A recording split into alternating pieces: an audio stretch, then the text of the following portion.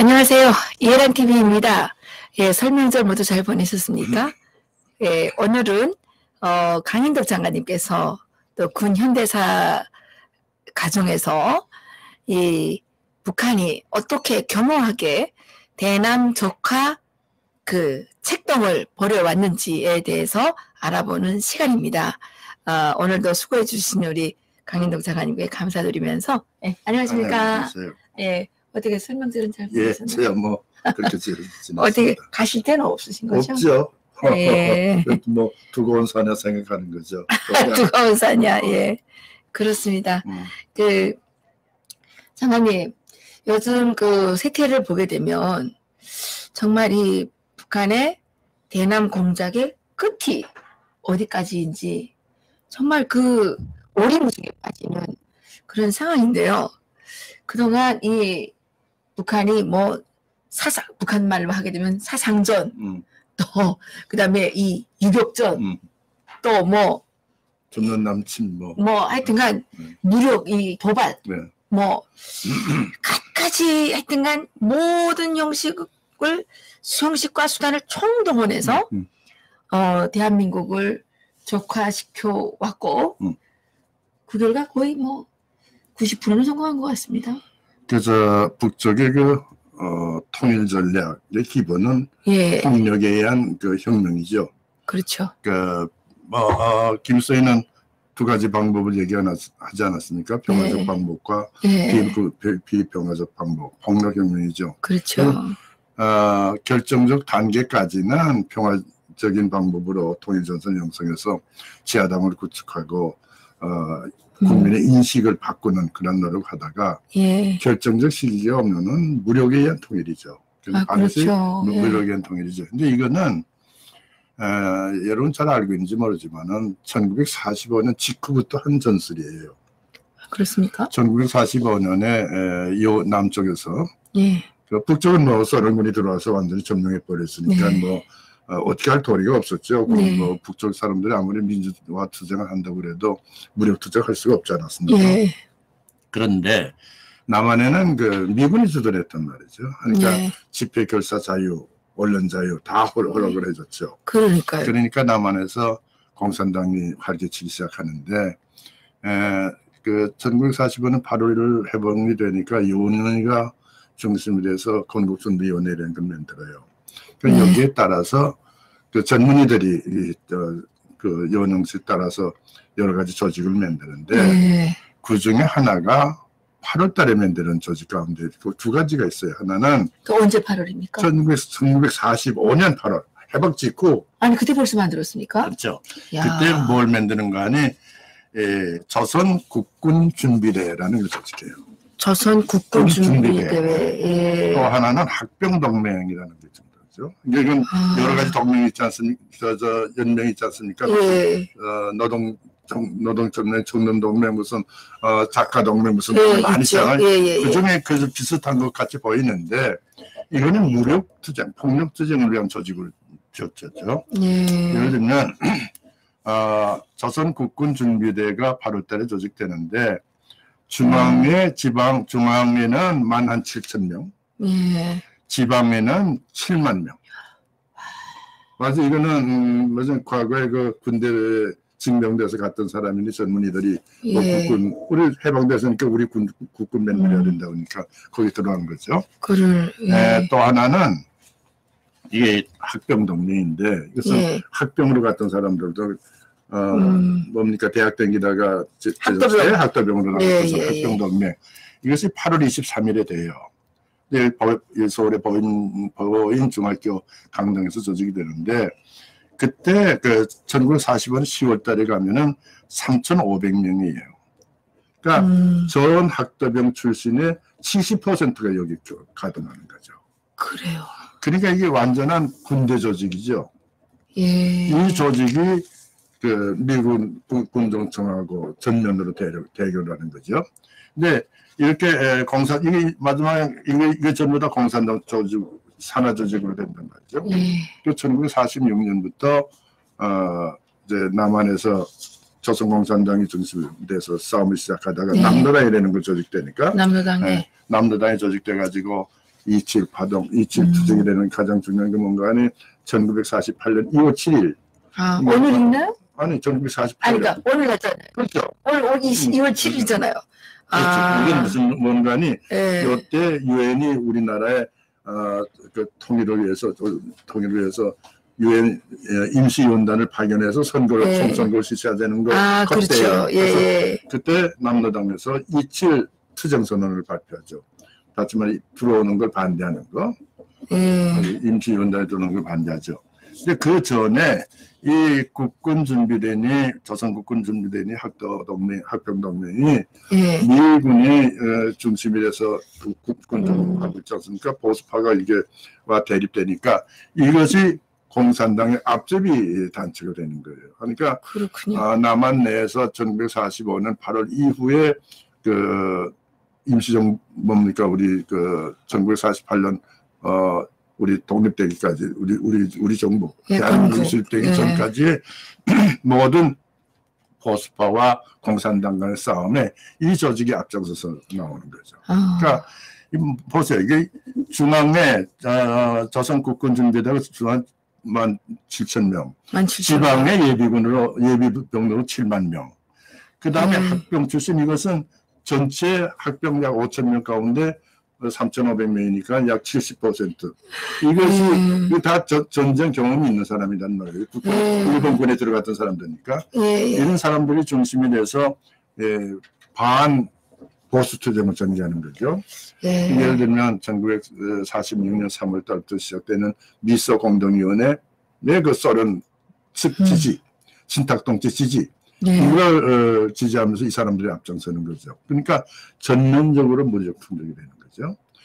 이렇게 되니까 도저히 이건 용납할 수가 없다고 그래서 미군이 미군 정책을 해산시키죠. 1946년 1월 달에 이 국군 준비대도 폭력 투쟁을 한다고 그래서 해산시키고 또 학병동맹도 1월 18일에 미군 정회에서 사무실 들어가니까 총격전이 시작되죠. 그래서 3명이 죽고 그래요. 그래서 이게 해산되는데 해산되니까 이 어디로 가느냐 이 병력이 어디로 가봅니까? 야산대라는 것으로 되죠. 야산대, 야산 조그만 산 있지 않습니까? 지방에 야산대 무력 폭력 또 빨치산이네요. 빨치산 되는 거. 빨치산 초기죠. 빨치산 초기. 그러니까 완전 무장은 안 하지만은 죽장 가지고.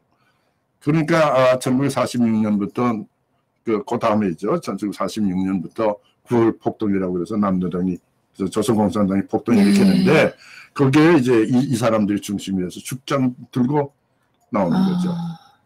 도끼 들고.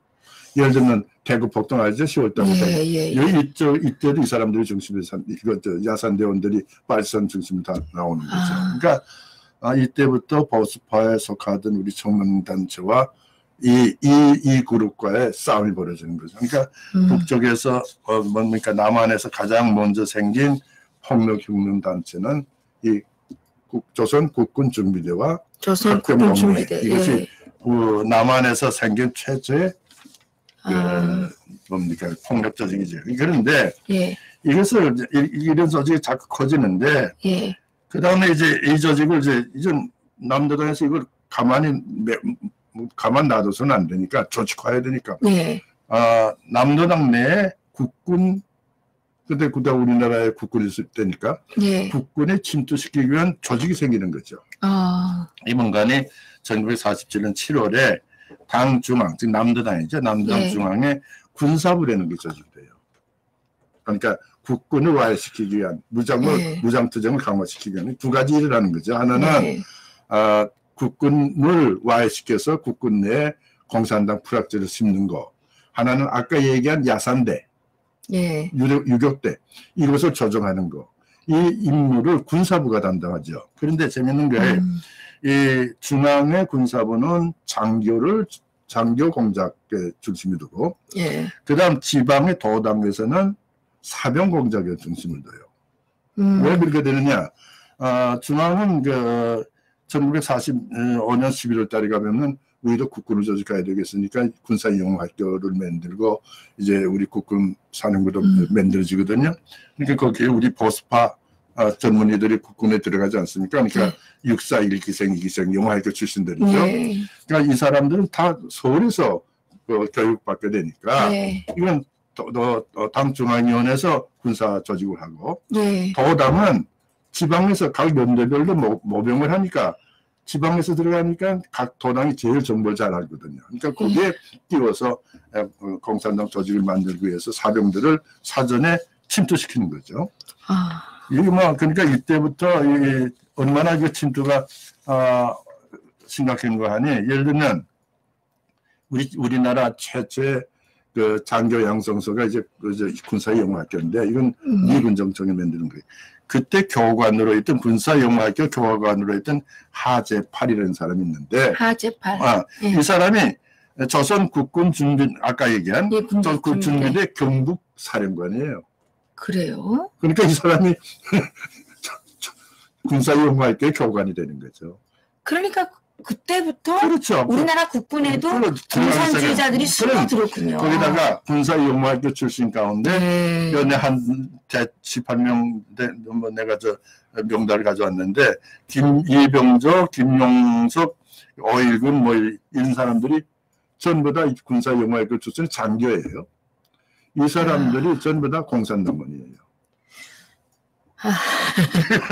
그 야산대는 1948년 아까 얘기한 27 그 구국투쟁 그때부터 이게 유엔군 임시위원회가 한국에 들어오는 걸 반대하는 투쟁인데 5.30 선거 우리 선거를 반대하는 투쟁인데 여기에 한 개 군에 야산대가 한 개 군에 50명에서 100명 규모로 야산대가 성립되는 게 한 군에 일개 군에 이건 완전 무장이 안 됐으니까 죽장, 도끼 이런 걸 가지고 무장을 해가지고 우리 보수파 청년들과 전면춘들하는 거죠. 그래도 그 한 개군에 50명 정도씩이면 그렇죠. 엄청 많은 거잖아요. 50명에서 100명. 그러니까 그럼 엄청 많은 거 아닙니까? 그러니까 이게 또 이게 무장 투쟁 부대를 이렇게 조직하는 거죠.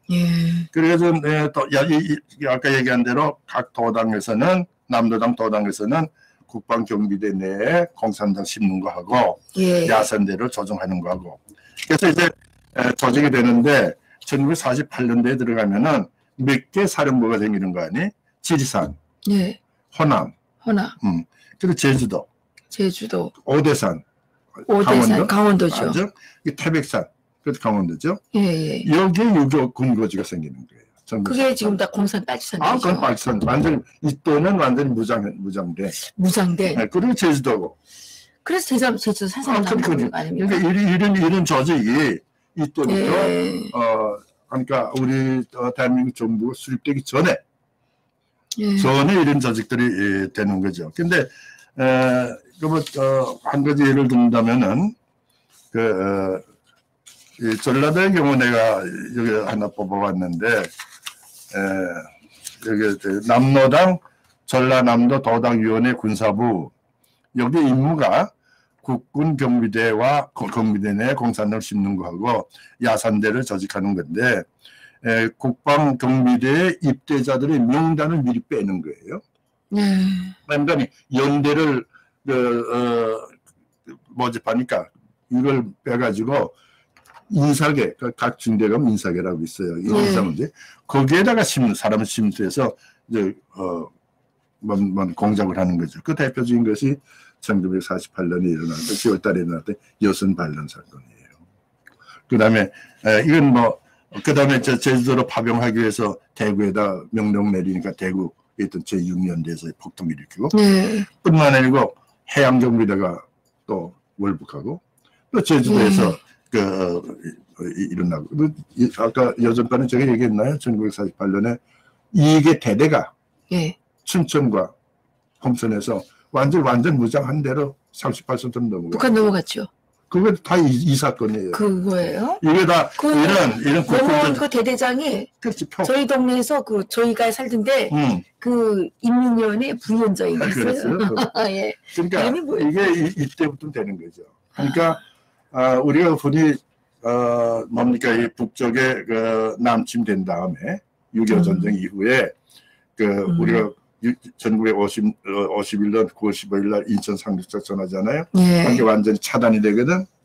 차단이 되니까 인민군들이 후퇴하게 된단 말이에요. 그때 지리산 남는 사람들은 지리산에 남고 태백산, 팔공산 각 곳에서 유격 투쟁을 하는데 그때 시작된 것이 아니고 1945년 8월부터 이런 기반이 있었다. 그러니까 이건 소련 공산당의 작전이군요. 그때 8월 달에 김일성이가 뭐 남한에서 일어났던 거는 남로당이 중심이 된 건데 이것은 본래 공산당의 전략적으로 아닙니까? 예, 그렇죠. 박근혜 이런 사람이 있고 공산당 사람이니까 잘 알죠. 그러니까 이런 식으로 근본적 첫째부터 이 통일 문제, 공산화 문제는 평화적인 방법으로는 안 된다. 폭력에 의해서 정권을 뒤집어 엎는 거다. 뒤집어 엎기 위해서는 무장 조직을 만들어야 된다. 그렇죠. 이것이 가장 중요한 거죠. 그러니까 무장 조직을 만드는 거는 공산당의 기본 임무고 이거는 언제나 전략 전술의 기본이 되는 거죠. 그렇죠. 그러니까 이걸 가지고 통일전선을 형성해서 뒷받침하도록 만들고 궁극적으로는 통일로 가는 길을 닦는 거죠. 그러니까 예전에 잠깐 얘기한 대로 1968년 1월 달에 우리 청와대 기습 사건 있지 않습니까? 1인 사건인데 그뿐만 아니고 1968년 11월 달에 가면은 울진 삼척 사태가 일어나죠. 예, 이거는 북쪽에서 보낸 게리라예요. 그렇죠. 1인 사건인데 130명인데 난 그때 내가 저 현직에 있었으니까 그 작전을 잘 아는데 난 저 140명의 울진 삼척 들어왔다는 걸 보고 그때 제가 보고를 드리고 그랬는데 이건 실패한다. 이건 틀림없이 잡아낼 수 있다. 왜 그런가 하니 과거와 같이 우리나라가 무슨 뭐 헬리콥터도 없고 통신도 제대로 안 되고 국군이 훈련을 안 됐 때문은 모를까. 이미 1968년에 우리가 월남에 파견해서 게리라 작전을 많이 했지 않았습니까? 월남전을 많이 했기 때문에 공산당이 쓰는 전략 전술을 우리가 잘 알고 있을 때예요. 알고 있을 뿐만 아니라 헬리콥터라는 그 장비를 우리가 들어왔을 때거든요. 거기다가 베트남과 우리와 다른 점이 뭔가 하니 우리는 사철 계절이 있잖아요. 사계절이 있지 않습니까? 그렇죠. 겨울이 되면 그 나무 잎이 다 떨어지거든요. 다 보이거든. 맞아요. 근데 울진 삼척이라는 것은 저 공산당에 들어오기 제일 좋은데 청주에서 이렇게 출발을 하면 고작 내려오다가 한참 내려와서 이렇게 그 울릉도가 이렇게 보이는 데서 커브를 들어서 90도로 돌아서 들어오면 강원도와 경상도의 경계선이 울진 삼척이 오죠. 예, 그렇죠. 그렇게 딱 이렇게 들어오게 됐어요. 근데 여기는 옛날에 광산지대예요. 그러니까 피관이 많고 불이 많고 숨기가 좋죠. 그렇죠. 그래서 이쪽으로 들어와서 게리라를 해보려고 했던 거죠. 그러니까 혁명 기지를 구축하는 거죠. 옛날에 지리산에도 구축해봤고 태백산, 팔공산 일대 아까 얘기한 야산대로부터 지금까지 한 40-50년 동안 쭉 해왔던 방법인데 이 방법을 또 한 번 쓰는 거죠. 68년에 와서. 한 30년 후에 다시 쓰는 건데 결국은 우리의 장비 헬리콥터 작전 또 우리의 작전 능력이 그만큼 커졌으니까 완전히 소통되는데 여기서 우리가 분명히 알아둬야 될 것은 북쪽의 통일을 위한 방법은 두 가지인데 그 하나는 평화적인 방법이라고 얘기하고 하나는 비평화적인 방법, 군사적인 방법인데 무력 폭력의 방법인데 최종적으로는 폭력에 의해서 무력에 의해서 통일을 시도한다는 것. 이런 의미에서 보면은 우리가 북쪽에 지금 핵 문제를 얘기하지 않습니까? 핵을 보유한다는 것은 우리에게 치명타죠. 그렇죠. 핵을 갖고 있는 한 우리가 북쪽과 전면적으로 대응할 수가 없지 않습니까? 그런데 지금 이게 뭐 주객이 전도가 돼서 사실 그 핵이 제일 걱정해야 될 사람, 핵에 대해서 제일 걱정해야 될 사람들은 대한민국 국민들 아닙니까? 그렇죠. 그런데 대한민국 국민들은 지금 먼 산 바라보고 있고 미국이 지금 이거 나서서 해주기만 바라고 있단 말입니다. 나는 그런 의미에서 우리가 지금 그 핵에 관한 인식이 점점 얕아지는데 핵이 얼마나 무서운 병기라는 걸 몰라요. 핵은 뭐 10발, 20발 갖고 있을 필요가 없거든요. 한두 발만 쏘면 그 끝장난단 말이죠. 그렇기 때문에 그것 가지고 우리에게 위협을 가하면서 우리를 핵 인질화 시켜서 우리에게 요구할 건 다 요구할 거란 말이에요. 이런 의미에서 보면 지금 현재 추진되고 있는 미국과의 핵협상 시작되지 않았습니까? 그렇죠. 그저께 비건이 갔죠? 예. 어떻게 될 것 같습니까? 저는 대단히 어렵게 생각해요. 그러니까 어떤 측면에서? 왜 그런가 하니 이게 공산당과 이거 협상을 해본 사람은 언제나 느끼는 건데 예. 한번 문서화하면요. 예. 한번 문서화하면은 물건 늘어집니다. 이 문서화된 것을 뒤집어 엎기가 대단히 어려워요. 그러니까 그 문서를 잘 짜야 되는 거 아닙니까? 맨 처음부터 문서가 잘 돼야죠. 그래서 잘 되는데 애당초 문서가 잘못됐어요. 그 뭔가는 6.12 선언이 된 건데 예. 6.12 선언에 보면은 내가 여기에 갖고 왔는데 예. 제1항은 새로운 북미 관계를 만들자 이게 이거고 1항이 예. 제2항이 평화체제를 구축하자. 예. 네? 안정적인 평화체제를 구축하자. 세 번째가 한반도 비핵화하자. 예. 네 번째가 무슨 6월 문제 아닙니까? 그러니까요. 근데 한반도 비핵화라는 말이죠. 근데 이걸 문서로 만들었거든, 문서로. 근데 이거를 요즘번에도 쭉 나왔죠. 1월 달에 쭉 그렇죠. 나온 논문 보면은 아니 한반도 비핵화라는 게 분명하게 얘기했는데 왜 갑자기 북한 비핵화라는 말로 바꾸느냐 이 얘기를 하지 않았습니까? 나는 이거 양보가 그렇게 쉽지 않으리라고 봐요. 그렇기 때문에 지금 미국 대표들이 평양에서 뭐 20명이나 갔다는데 이걸 양보를 안 할 거란 말이죠. 근데 그 미국이 그걸 모르고 거기다 한반도 비핵화라는 게 무슨 말인지 모르고 그 사인을 했을까요? 나는 그때 톱다운 방식 아닙니까? 뭐 나쁘게 얘기한다면 트럼프 대통령이 북한의 전략 전술을 제대로 이해하지 못하고 그래서 덥석 써준 대로 사인한 것이 아닌가 그렇게 봐요. 그럼 이 서명안에 대한 이해를 못하고 했다는 겁니까? 그러니까 그 얘기가 그 얘기 아니냐, 조선반도의 비핵화라니까 그 얘기가 그 얘기 아니냐고 얘기한 거죠.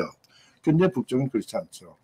그 한마디 한마디가 여기도 보면은 제 3항에 어떻게 되어 있는가 하니 4월 27일 발표한 판문점 선언의 의의를 재확인하고 조선민주주의 인민공화국은 한반도에서의 완전한 비핵화에 노력하기로 합의했다. 이렇게 되어 있거든. 그러니까 한반도 비핵화죠. 그러니까 한반도 비핵화라는 말 속에는 너희들이 갖고 있는 핵도 한국에 들어오지 말아라 이 얘기죠. 그렇죠. 그러니까 신년사에서 그 얘기한 거 아닙니까? 그러니까 이 얘기를 잘못 여기다 사인했기 때문에 잘못 사인했기 때문에 이걸 물고 늘어질 거란 말이죠. 그렇게 되면 여러 가지 조건을 제시하겠죠. 이걸 바꾸자고 하면은 엄청난 양보를 해라 하겠죠. 우선 지금 제일 아마 북쪽에서 요구하는 것이 정전선언, 정전선언 우리들 얘기를 하는데 난 정전선언보다 더 급한 것이 나는 제재 완화라고 생각해요. 그럼요. 제재 완화를 먼저 북한의 전략이 뭐냐면 큰 거를 던져가지고 작은 거를 이제 하나하나 주워 먹는 거거든요. 큰 거를 던져가지고 조금씩 이렇게 야금야금 먹어 들어가는 게 기획의 전략이잖아요. 핵 문제를 지금 핵 목록을 내놔라. 그리고 로드맵을 내놓아라 자꾸 얘기를 하는데 애당초 첫 번째 신뢰가 형성되지 않았는데 우리가 어떻게 너희들한테 이거 핵 목록을 내놓겠느냐. 나중에 내놓을 테니 맨 처음엔 당신네들 우리한테 신뢰 회복하기 위해서 어떤 조치를 하라. 이런 식으로 나오겠죠. 북쪽에서는. 나오면 거기에 대해서 뭐 신뢰하려면 뭐 해줘야 될 거 아닙니까? 그럼 제재 완화 문제밖에 되겠죠. 완화 문제, 정전선언 문제, 평화협정 문제 뭐 이런 거겠죠. 그러니까 이거 제재 완화를 또 단계적으로 하자고 하면은 인도적 지원 문제는 오케이다. 그 다음엔 일본을 놔뒀다가 제재하겠다. 뭐 이렇게 나가겠죠. 이렇게 되니까 사라미 전술지 하나하나 잘라서 북쪽은 야금야금 먹어 들어오겠죠. 근데 이걸 북쪽 우리 미국 대표들이 가서 이걸 저지하고 싸움하자면은 상당한 인내력이 필요할 거예요. 인내력이 없이는 이 싸움을 못합니다. 저도 북쪽과 남북대화를 1972년부터 최초의 남북대화를 하면서 느낀 것이 그거예요. 북쪽과의 말 싸움이죠. 북쪽이 쓰는 용어 이거 제대로 알지 못하면 통일 평화적인 방법으로 하니까 전부 다 평화적인 방법으로 다 되는 걸로 안단 말이죠. 근데 결국은 평화적인 방법이라는 건 결정적 시기로 조성될 때까지의 현상이고 그렇죠. 결정적 시기가 조성되면 그때는 무력으로 치는 거죠. 그것이 북쪽에서 내려올 수도 있고 남한에서 일으킬 수도 있고 여기 지금 아까 말씀드린 대로 1945년에 이미 국군준비대 그러게 학교 말입니다. 동맹 이걸 통해서 남나당에서 그 조직을 하기 시작했으니까 이런 현상이 지금 대단히 쉽게 이루어질 수 있는 환경이 되지 않느냐. 전부 다 평화니까 평화적인 방법으로. 근데 나 엊그저께 누굽니까 이 트럼프 대통령의 그 국회 연설을 쭉 들으면서 내가 들어와서 뭐 15개월 동안 미사일도 발사 안 되고 핵 개발도 준비하고 얘기하는데 그걸 그대로 믿는다고 하면은 그건 큰 문제가 되는 거죠. 그러니까 말입니다. 네. 근데 저기 장관님 말씀을 듣고 보니까 그런 환경 속에서 대한민국이 건국이 됐다는 거는 정말 기적인 것 같습니다. 그것을 나는 그래서 내가 우리 이북 출신이지만 우리가 자랑하는 게 이거예요. 그때 이걸 아까 얘기한 대로 폭력화된 남로당의 전위부대 예. 이걸 막아낸 사람이 누구냐?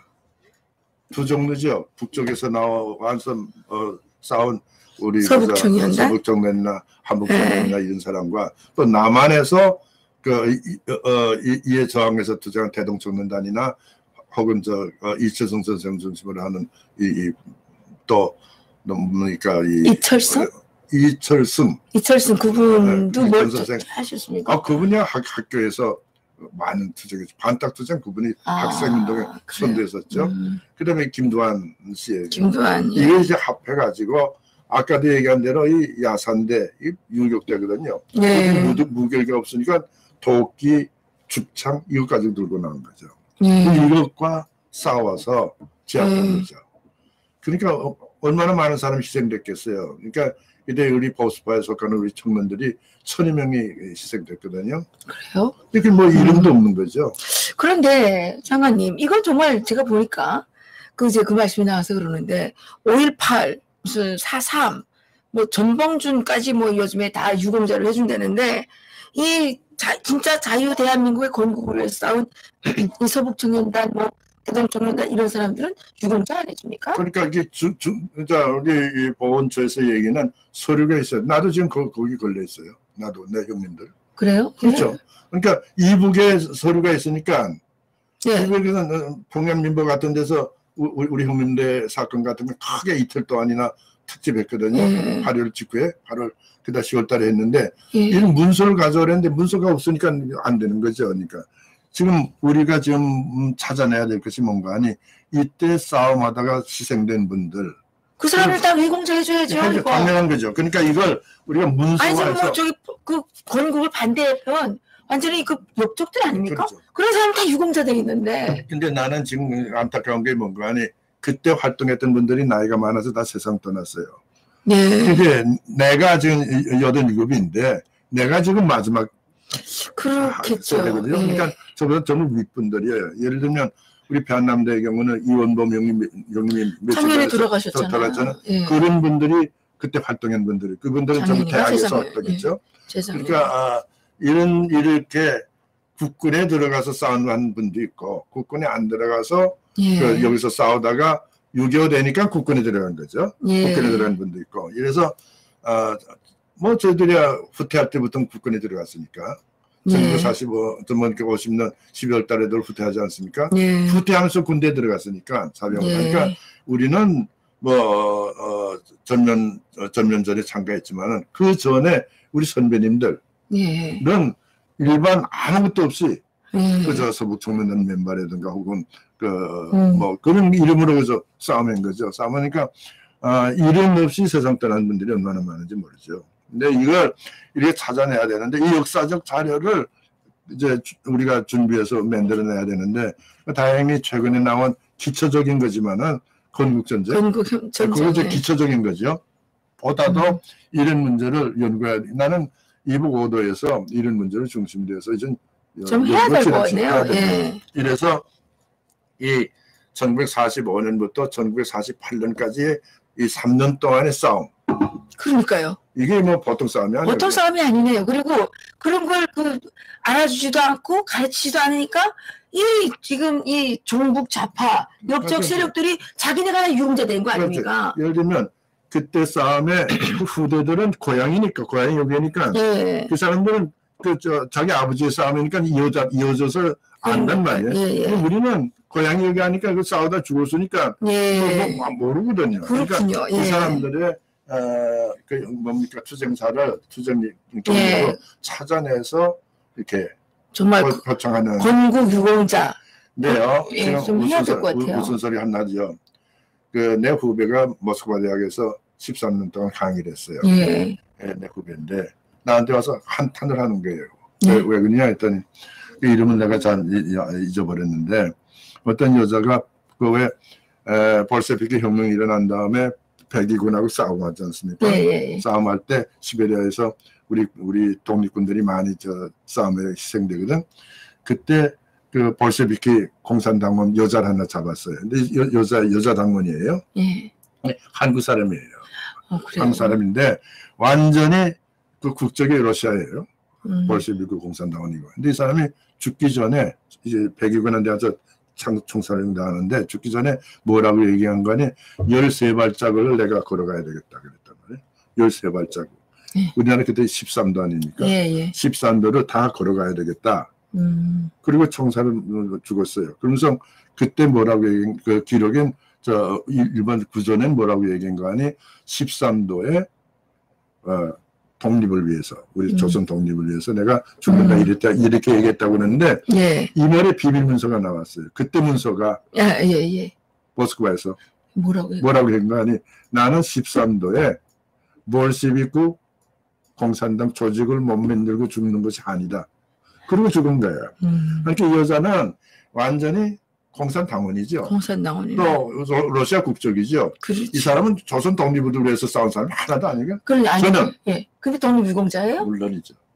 이게 나라가 미친 거죠. 그러니까 이런 현상이 있다고 나한테 와서 분노하는 걸 들었는데 분노하죠. 이게 이런 현상을 우리가 그러니까 그저 밖에서 기록 제대로 검토 안 하고 표창을 하면은 애국장도 줄 수 있고 건국장도 줄 수 있는데 그러게요. 그러니까 이게 지금도 문제가 되잖아요. 누구죠? 선혜원. 근데 이 돌아다니는 구례들은 보면 이분이 그때 그 남로당에 또 관여했지만 북한도 갔다 왔다고 그러대요. 저기 가평 거기 지구당 세트 연장을 했는지 모르겠어요. 그 정도 했겠죠. 그러니까 지금 우리가 지금 얘기한 대로 1945년부터 1948년 남로당 때 그때 활동한 사람들 얼마나 많은지 모르죠. 땅속에 들어가 있던 그러니까요. 잠재했던 사람들. 이 사람들 드러나서 지금 우리가 희생자다.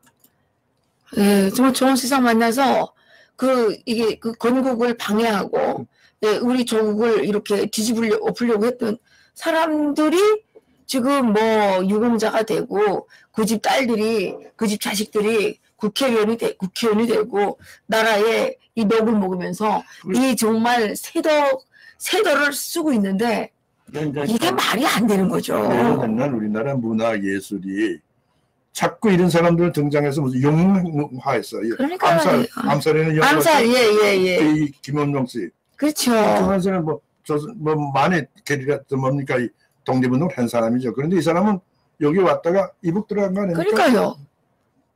그래서 조선민주주의 인민공화국을 위해서 충성하다 죽었단 말이죠. 물론 거기서도 숙청은 당했습니다. 마지막 수청 나가죠. 숙청했죠. 남동 사건들이 숙청 나고 연안 사건 뭡니까 연안파 소련파다. 그렇죠. 다 숙청당했죠. 이 공산당의 특징은 뭐냐면 실컷 이용해 먹고 숙청하는 거예요. 그러니까 그레이트 테러라는 말이 나오는데 그레이트 테러는 건 대테러 아닙니까? 대테러는 사람을 잡아서 수용소에 집어넣어서 오랫동안 고생도 시키지만은 당의 최고 간부들은 반당 행위를 스스로 자복하게 만들죠. 그렇죠. 마지막에는 죽기 전에는 내가 당을 반대했습니다. 전화를 하지 않거든. 스스로 그렇게 나오게끔 고백. 그렇게 이제 고문을 하는 거죠. 그래서 숙청하는 건데 결국은 그 공산당이라는 건 폭력에 의해서 정권을 잡았으니까 폭력에 의해서 당도 지배하는 거죠. 그렇죠. 그래서 청구에서 나온다. 권력은 그렇죠. 청구에서 나온다라고 돼 있잖아요. 그러니까 우리가 지금 북쪽의 평화 공세에 대해서 잘못 알고 있으면 큰일 나는 것이 나는 제일 무서운 것이 통일전선이라고 봐요. 통일전선은 이건 밑바닥에서부터 상층, 네. 하층을 전부 다 인식을 바꾸는 거다, 인식을. 그렇죠. 그래서 내가 지금 뭐 과거에 전 심전도 하고 했습니다만은 대북 전략을 어떻게 쓸 것인가. 저쪽에서 우리한테 평화공세라는 게 바로 대남 심리작전이거든요. 그러니까요. 근데 지금 다 넘어갔어요. 우리는 거기에 대해서 다양한 우리의 심리작전을 전개해야 되는데. 해야 되는데. 그 심리작전 그렇습니다. 잘못하면 또 요전번에 뭐 박근혜 대통령 때 중앙정부 뭡니까 저 국정원에서 예. 뭡니까 이제 심리전 하면서 박근혜 후보 지지했다 그래가지고 재표가지 않았어요? 그렇게도 곤란하죠. 그러니까 그렇죠. 북쪽에 관한 우리의 심리작전은 이거는 초당적으로 전개를 해야 되죠. 그래야만 이게 대응이 될 거 아닙니까? 네. 나는 핵 문제는 핵 문제대로 한미동맹을 통해서 하고 우리 나름대로 북쪽에 대해서 강력한 평화 시에 전개할 수 있는 전략은 심리작전이죠. 네. 이런 의미에서 우리가 얼마나 좋은 무기들을 갖고 있습니까? 방송국이 얼마나 좋습니까? 그러게요. 방송국뿐만 아니라 근데 뭐 지금 얼마든지 우리가 쓸 수 있는 거죠. 나는 요새 우리 북한에서 오신 우리 탈북자들이 삐라 전략적인 작전하는 걸 보고 참 좋은 일들 하고 있구나 하는 생각을 했는데 그렇게 해서라도 우리가 북쪽에 대해서 우리의 뜻을 전달해서 북쪽 국민들이 북쪽 주민들이 인식을 바꿀 수 있도록 솔직한 얘기로 지금 뭐 참수 작전이다 무슨 작전 여러 가지 얘기를 하는데 가장 중요한 것은 북쪽 주민들의 인식이 변화되는 거죠. 나는 뭐 요새 어떻게 보니까 베트남에서 개최되는 그 제2차 미북 그 순회담 그거에 대해서 뭐 베트남이니까 도이모이가 용명을 갖지 않겠니까 그런 소리 한 게 봤는데 도이모이를 가려면은 베트남식으로 또는 둥서병식으로 개혁개방으로 가려면은 제일 먼저 없어져야 될 게 뭡니까? 세습이죠. 그러니까 김정은의 그렇죠. 세습이 있기 때문에 그것 때문에 안 되는 거예요. 그리고 또 이 대한민국이 너무 잘 살아서 이게 베트남식으로 가기가 어려움이 있습니다. 어쨌든 중요한 거는 김정은 저 3대 세습 저거를 그 CVID 해야 되는 거죠. CVID. 그런 의미에서는 이 폭력이라는 게 비평화적인 방법, 군사적 방법이 폭력적 방법, 무력 문제가 통일의 가장 최종적인 수단으로 사용될 것이다. 이거는 1945년부터 남한의 공산주의자, 북한의 공산당, 남노당, 북노당 할 것도 없이 하나의 원칙으로 혁명의 기본 원칙으로 사용된 게 이 법치에서 다스리는 강력한 법에 의한 그 통제가 필요하지 않느냐.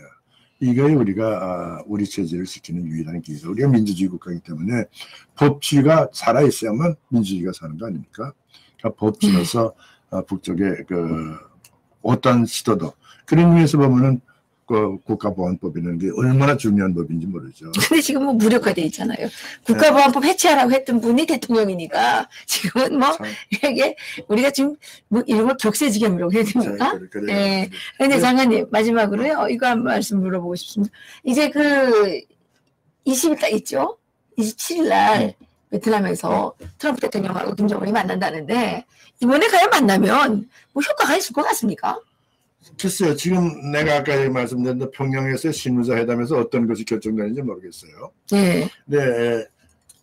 가장 중요한 것이 6월 12일 날 합의서를 뒤집어 엎어야 될 거 아닙니까? 그렇죠. 그 뒤집어 엎는 방법이 뒤집어 엎는 데 대해서 김정은이가 그렇게 응낙할 것이냐. 자꾸 조건을 내걸겠죠. 다시 말하면 버리긴 버리겠는데 단계적으로 하자. 단계적으로 하겠다는 안 하겠다는 왜냐하면 걔는 자기가 정신지 그 대통령직을 갖고 있다 생각하는 거 아니에요. 그 시간적으로 내가 유리하지 내가 유리하네. 그러니까요. 트럼프 대통령은 어쨌든 계약이 정해져 있지 않습니까? 그러니까 지금 김정은으로서 가장 좋죠. 웬간히 트럼프가 내년부터는 대통령 제2기 대통령 선거에 나갈 수밖에 없으니까 그 선거운동을 해야 된단 말이죠. 그러면 실적이 있어야 되거든. 근데 실적이 지금 대외적으로 뭐 있습니까? 그러니까 이걸로 실정을 만들지 않을까 그렇게 생각. 물론 이 뭐 북한 핵 폐지 문제가 트럼프의 저 선거제에 큰 영향을 주지 않을 것이다. 대내적인 여러 가지 문제가 있으니까 그것이 중요하지. 한반도에 무슨 뭐 핵 문제 해결하는 것이 중요하지 않다. 중요하지 않는 게 아니라 그것이 큰 영향을 주지 않을 것이라고 보는 사람도 있지만은 그러나 외교적인 성과는 크죠. 그러니까 우리로서는 미국 트럼프에게는 그게 중요하지 않을지 큰 영향을 주지 않을지 모르지만은 우리에게는 엄청난 영향을 주죠.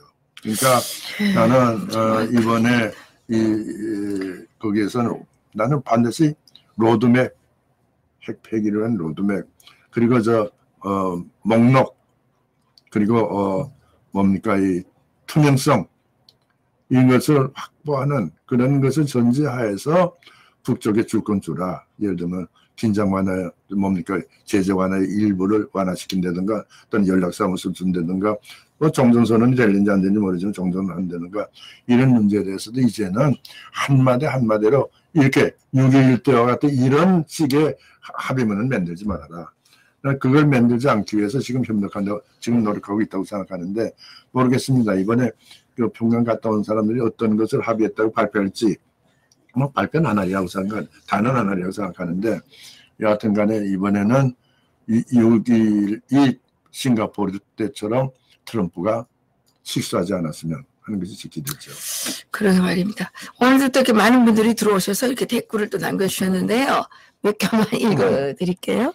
예, 그 장관님께서 연세가 많으시다고 그러시니까 다들 깜짝 놀랍니다. 예, 그리고 그 도안계룡산님께서 레닌과 스탈린이 우리 민족에 얼마나 많은 폐악을 저질렀는가 이런 글을 올리신 분도 계시고요.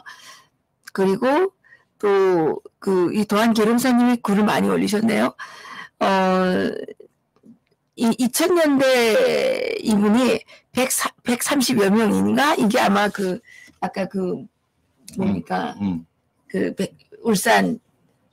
울진 삼척 130명 내려왔다고 말씀하셔서 아마 이런 글을 올리신 것 같습니다. 그리고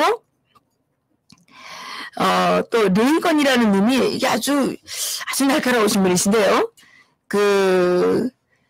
조선일보 기자가 쓴 글을 보세요. 미북회담의 관전 포인트라고 해놓았는데 자신의 머리에 총을 대고 러시안 룰렛을 하는데 관전 포인트? 이게 제정신인가요? 이렇게 이제 글을 올리셨고 황백수님께서는 처단하자 문재인과 김대지 뭐 이런 걸 올리셨어요. 너무 하나니까 이러신 것 같아요. 예, 그리고 카우보이님도 이제 뭐 문재인을 처단하자 뭐 하나님 이런 그리고 레이건님이 정전선언 같게 미군 철수라고 보는데요. 이런 글을 이제 이렇게 여러분들이 글을 올려주셨습니다. 조금 심각하게 생각해야 될 것이 있어요. 그러니까 우리가 지금 이번에 주둔비 문제가 해결되지 않았어요. 나는 1년이 되는 것이 이게 참 문제예요. 매년 나는 조금씩 올려줘야 될 거니까. 그럼 우리나라가 잘못한 거죠. 5년 동안에 그동안에 교섭해서 올리자고 했더니 다 올라가지 않겠니까 싶어요. 그러니까요. 그러겠죠. 그것도 그렇고 또 미군이 대중국 정책을 지금 전개하고 있는데 대중국 전략상 한반도의 전략적 중요성은 여전히 인식하지 않겠는가. 아무리 트럼프가 제멋대로 간다고 해도 미국의 군부나 여야 의회에서 이 한반도 문제를 그게 경시하겠는가. 난 그런 생각을 하고 있어요.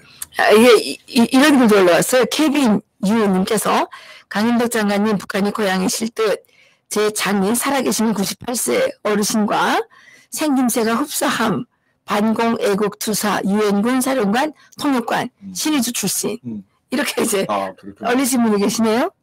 예. 그리고 또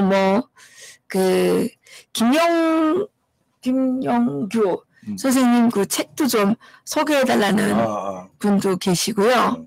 예, 이렇게 이제 댓글을 많이 올려주셨습니다. 제가 평양 출신이고 병고 출신이기 때문에 김동길 선배님도 우리 학교에서 나왔던 분이죠. 또 중학교 때는 김형석 선생님. 김형석 교수님. 학교 선배죠. 그분도 신의주시죠? 그렇죠. 예. 아니죠. 평양. 근데 그분들이 우리 평양 출신이기 때문에 전부 다 애국자고 네.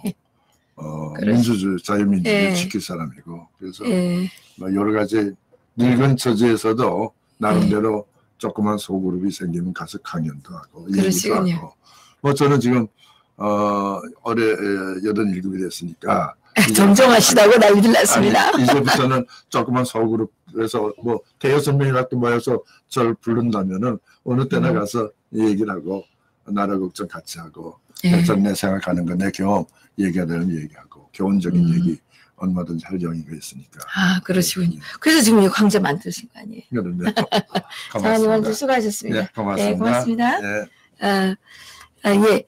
장관님 나가셔도 되겠습니다. 예. 이제 잠시 후에 성상훈 기자님께서 오래간만에 오셨어요. 그래서 성상훈 기자의 허시탄탐을 또 이제 하려고 하는데요.